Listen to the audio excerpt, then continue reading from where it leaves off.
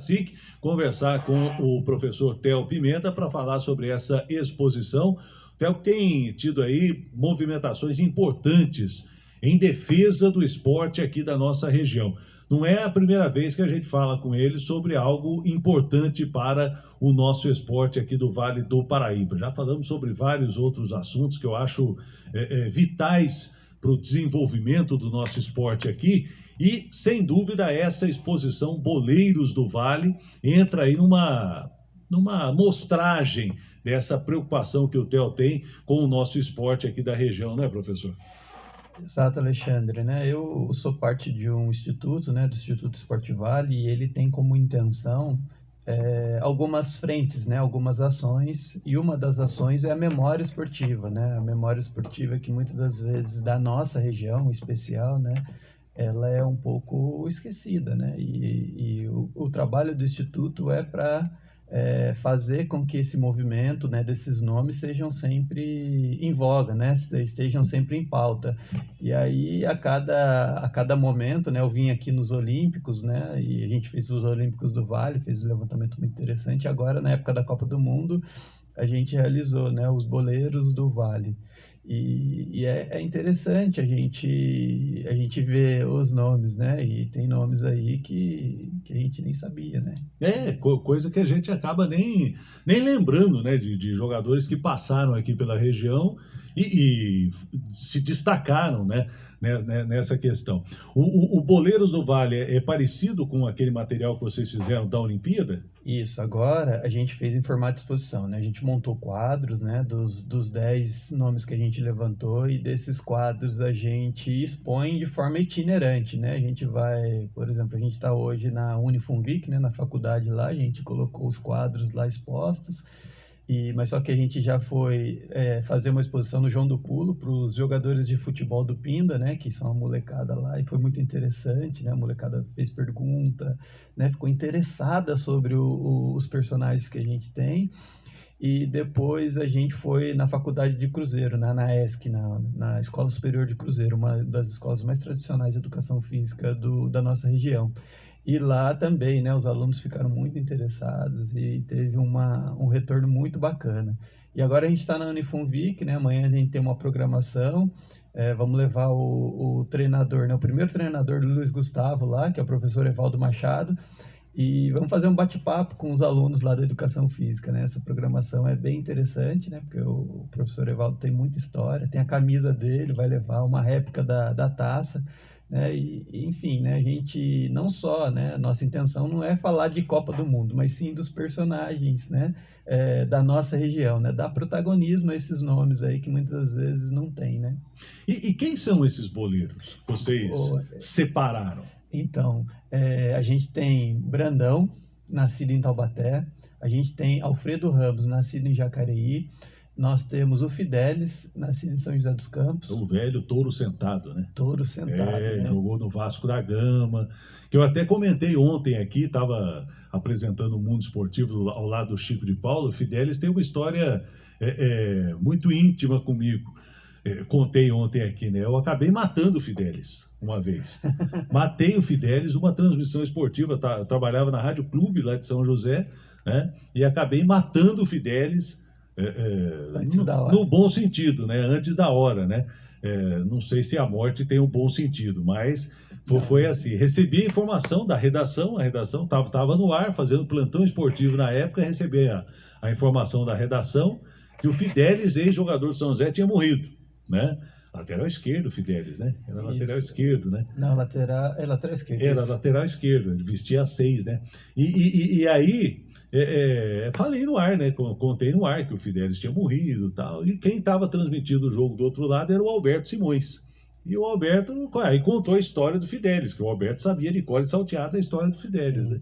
Aí, de repente, no meio do segundo tempo, veio a informação que o Fidelis não tinha morrido. Estava vivo, a irmã dele ligou lá na rádio, falou, não, o Fidelis não morreu, tá.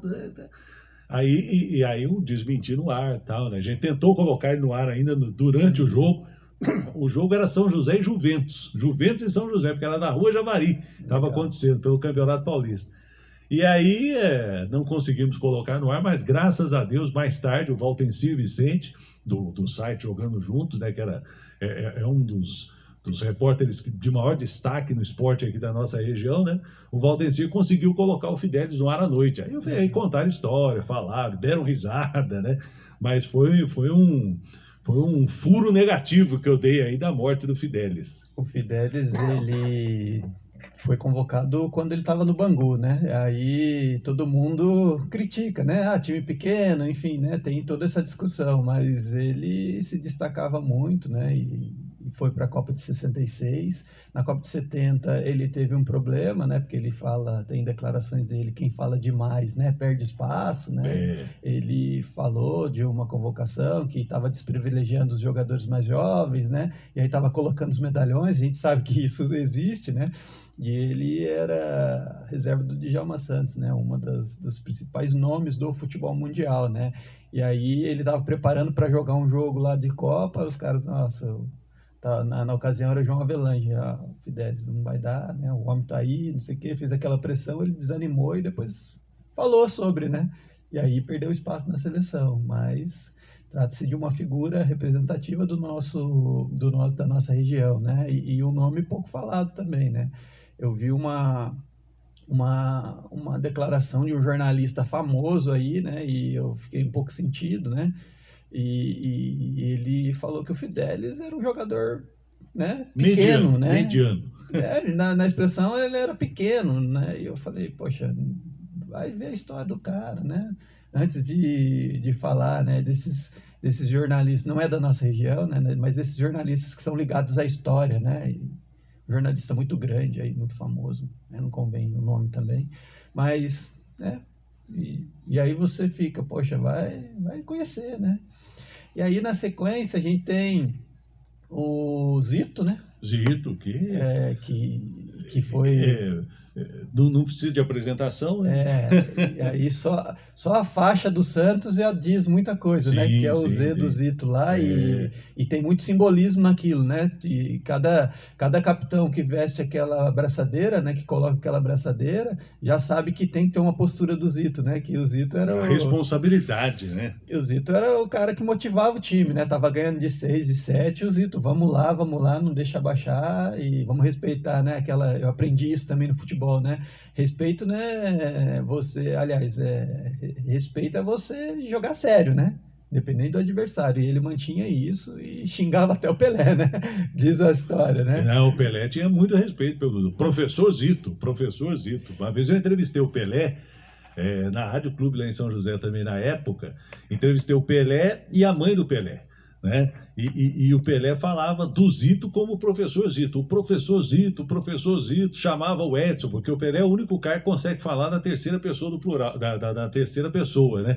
O Zito conversava com o Pelé, aí aparecia o Edson, falava Edson, mas ele tem um respeito impressionante pelo Zito. Tinha, né? Um respeito impressionante pelo Zito. Até o Pelé se confunde, né? Com Edson e Pelé, né? Ele se confunde. Eu costumo dizer que é o único cara que consegue separar a personagem da figura humana. Mas o Zito, ele é uma grande figura, né? Tem estátuas dele, né? Tem estádios, centros esportivos em Pinda, né? Na Moreira César tem um centro esportivo do Zito. Mas às vezes, Alexandre, eu fui em escola, né? Eu falo sobre a memória dos esportistas, né? E fui falar do João do Pulo e perguntei, né? Fazer uma prévia com a molecada para a gente sentir esse clima, né? Desses jogadores. Eu perguntei sobre o Zito, alguns sabiam que era o nome do ginásio, né? Do centro esportivo. Mas pouco sabia sobre o Zito mesmo, né? E aí eu acho que o trabalho da memória, né? Ele é importante nesse sentido, para trazer o que foi, de fato, a pessoa, né? Uma outra questão também, o Elano estava dando uma entrevista para esses podcasts, né? E ele falava muito seu Zito. Aí o entrevistador chegou e perguntou, mas quem que é esse seu Zito? O entrevistador não sabia quem era o Zito, né? Daí o Elano falou, não, foi um senhor, né? Que ele cuidava da parte esportiva do Santos, né? Reestruturou. Até o próprio jogador do Santos desconhecia a história, né? Que de fato é o Zito. E eu achei aquilo ali muito, muito emblemático, né? Eu falei, poxa, trabalho da memória esportiva ele é importante, o trabalho histórico é importante, porque a gente tem que deixar esses nomes, né, em evidência, né, e reconhecer o feito desses nomes, né? O Zito foi bimundial, né? Ele, em 66 ele acompanhou lá, não quis deixar, o pessoal não deixou ele embora, né? Porque ele estava machucado, não tinha condições de jogo, e o pessoal não deixou ele embora, né? Tamanha a importância esportiva desse personagem. E jogou num time galáctico, né? Um dos maiores da história do futebol mundial. O Santos era Gilmar, Lima, Mauro, Dalmo, Zito, Calvé, Dorval, Mengal, ficou o time Pelé e Pepe. Esse time ficou... Eu fico imaginando a gestão, né? A gestão desses caras aí, ali, né? Ali dentro, ali, porque é muito conflito de ego, é muito ego, né? Muita gente boa junto. E o Zito liderava ali, né? Fazia aquela parte dentro de campo, né? O capitão, a gente sabe as responsabilidades e também qual é a função do capitão, né? Levar o que a rapaziada tá ali, quer discutir com o treinador às vezes, né? Um descanso, alguma coisa assim, e ele lidava muito bem com isso e foi, né, o eterno capitão do Santos. Né? O Zito era um grande político, né? Acima de tudo, né? Precisa ser, né? Sem ser político, ele era um grande político. Precisa ser, porque ele tem que intermediar as relações, né? Ele é responsável, ele é representante do grupo, né? Estabelece isso e ele tem que negociar as coisas com o dirigente, tem que negociar as coisas com o técnico. Isso é interessante. Uma outra personagem, né? Que esse também dispensa comentários, é o Emerson Leão, né? Que ele não é nascido na região. Ele é de Bauru, né? Ele é de Bauru. Né? Salvo engano, acho que é Ribeirão Preto, né? E ele, aliás, ele veio para São José muito jovem, jogou nas equipes amadoras do São José, e a gente registrou ele porque ele tem, né, uma figura importante do São José. Ele foi para uma equipe profissional, né, no comercial, e do comercial ele deslancha, né?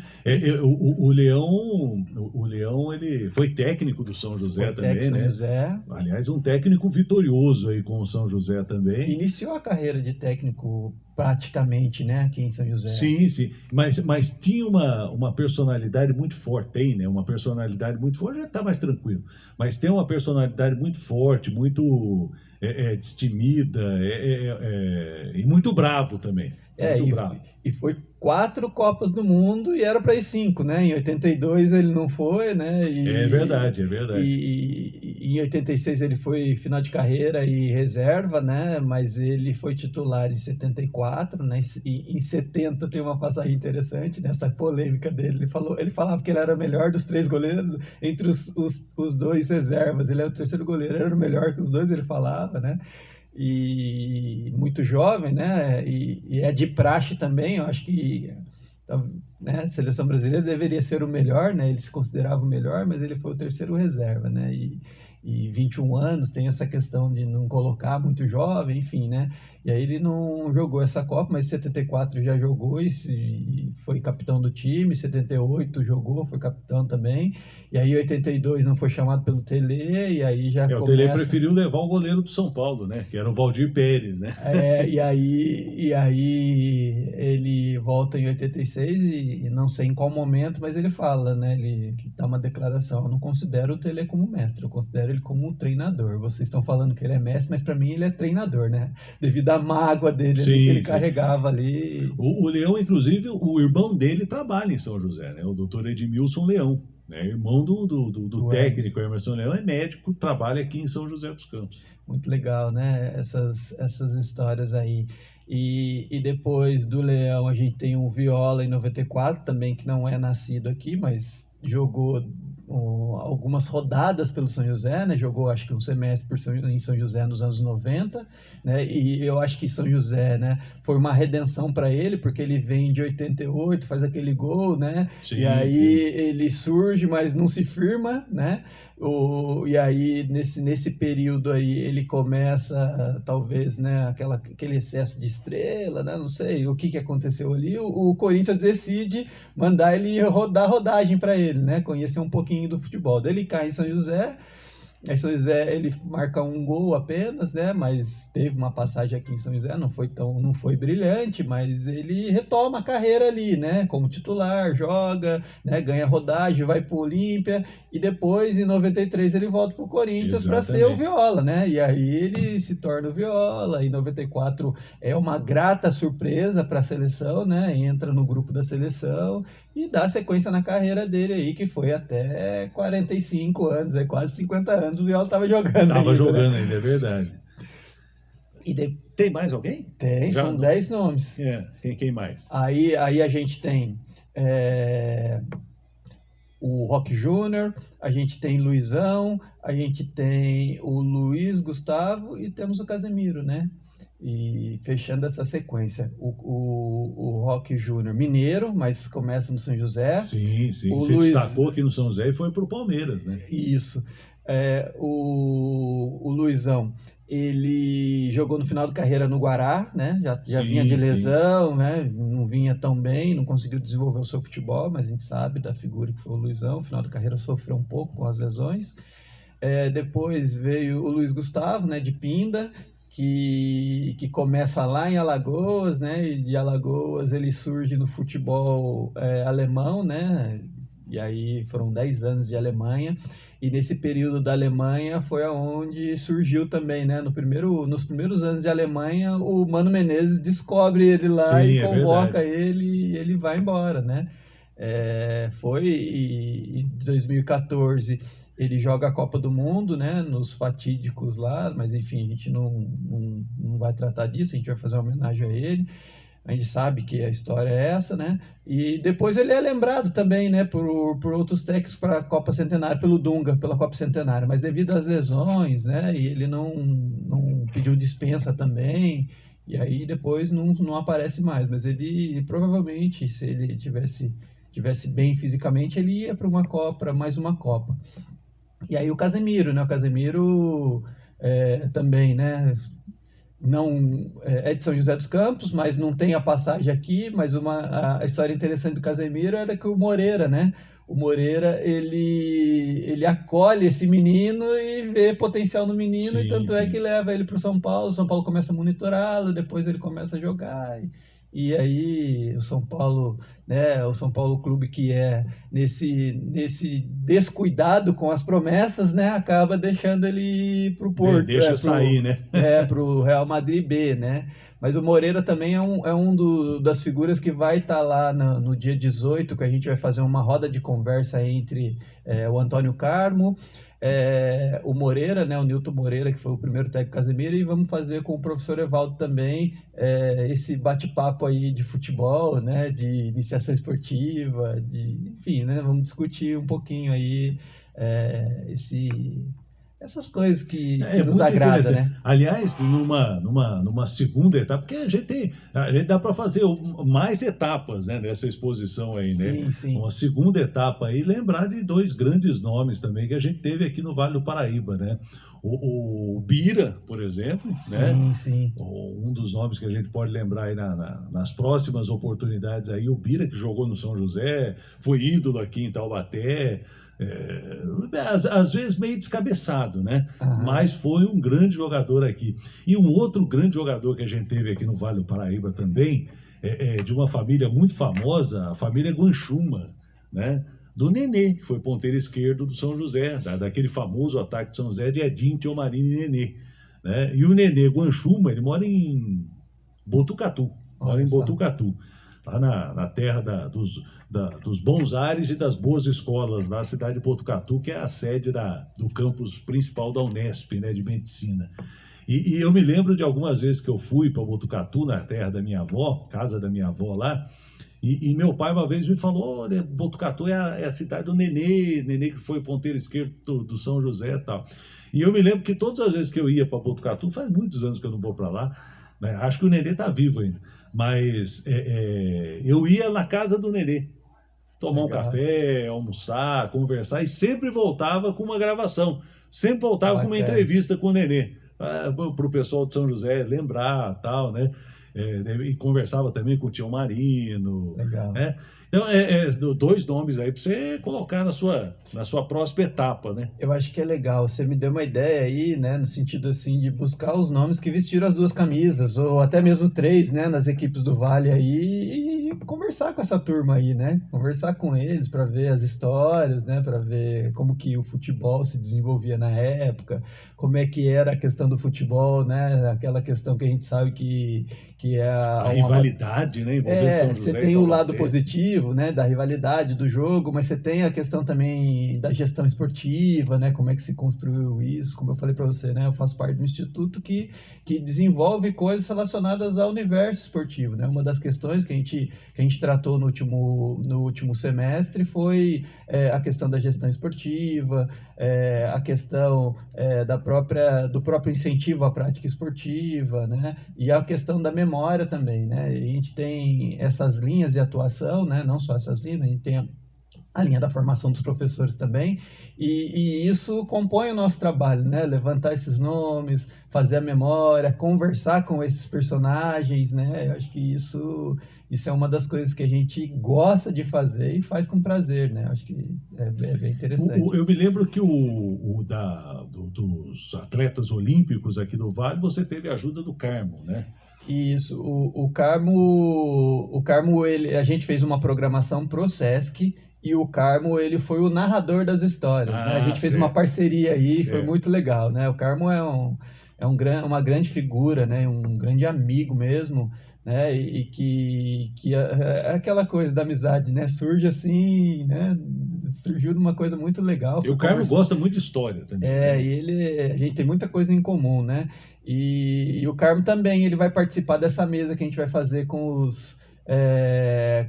os dois técnicos, né? Os dois primeiros técnicos, um do Luiz Gustavo e o outro do Casimiro, né? Acho que vai ser um bate-papo bem legal, vai ser no Museu dos Esportes lá em São José. E a gente tem muita expectativa desse encontro aí, né? Fazer um encontro bem legal com essas figuras aí que que iniciaram esses jogadores. Vai aí. trazer exposição para Taubaté também? Então, recentemente fechei com o Shopping Pátio Pinda, né? A gente vai fazer lá dia 12 e temos uma agenda, né? Preciso conversar, né? Ou eles me procurarem, ou eu procurarem eles, sem problema nenhum, mas eu tô com intenção, sim, porque o pessoal já me pediu, né? Traz aqui para Taubaté, acho que seria interessante a gente conseguir trazer para o Shopping Taubaté. Sim, sem dúvida nenhuma, é importante, né? Até porque tem gente de Taubaté também no meio, né? Então... Sim, o Brandão, né? O Brandão, ele nasceu em Taubaté e foi jogar no São Paulo, né? Começou no Juventus, na verdade começou no Barra Funda, né? Não sei nem se existe esse clube ainda.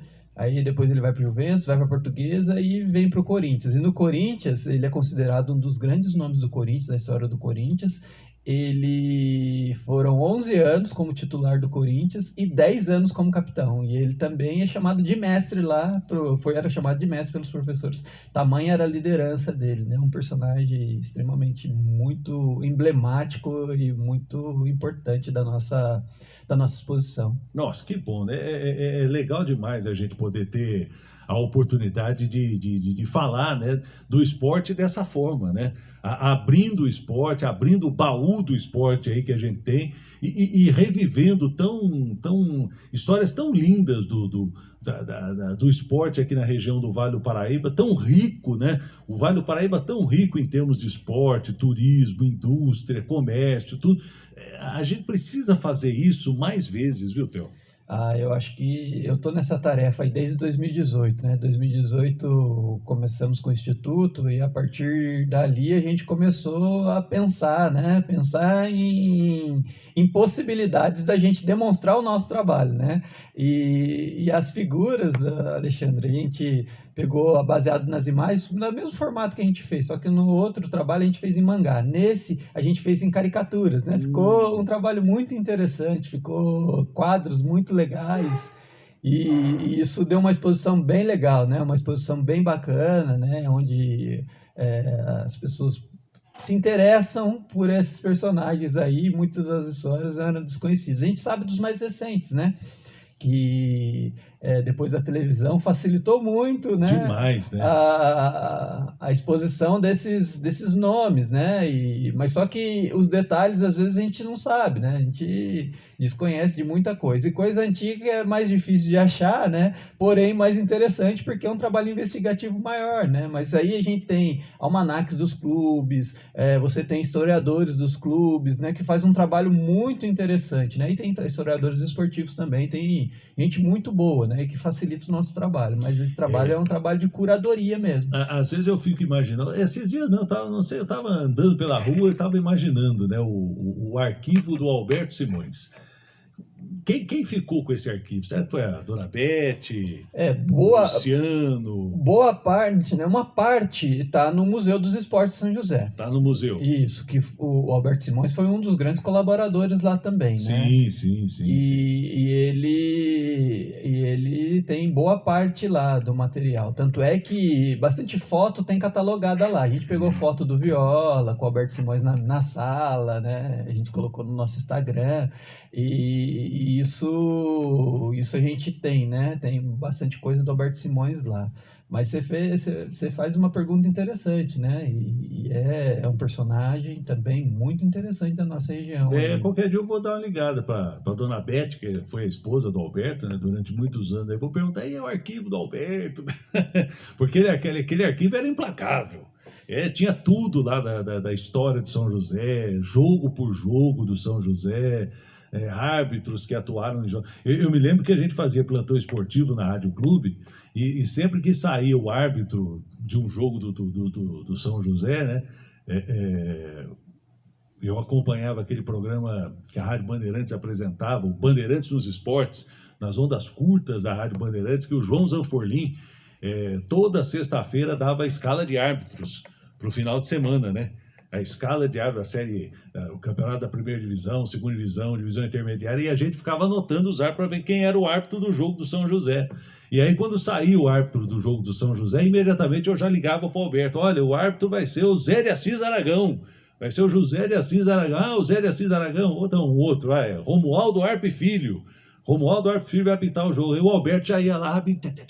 Olha, ele apitou tantos jogos do São José, distribuiu tantos cartões do São José. Era um negócio impressionante. Ele tinha tudo. E não tinha computador. Não era no computador.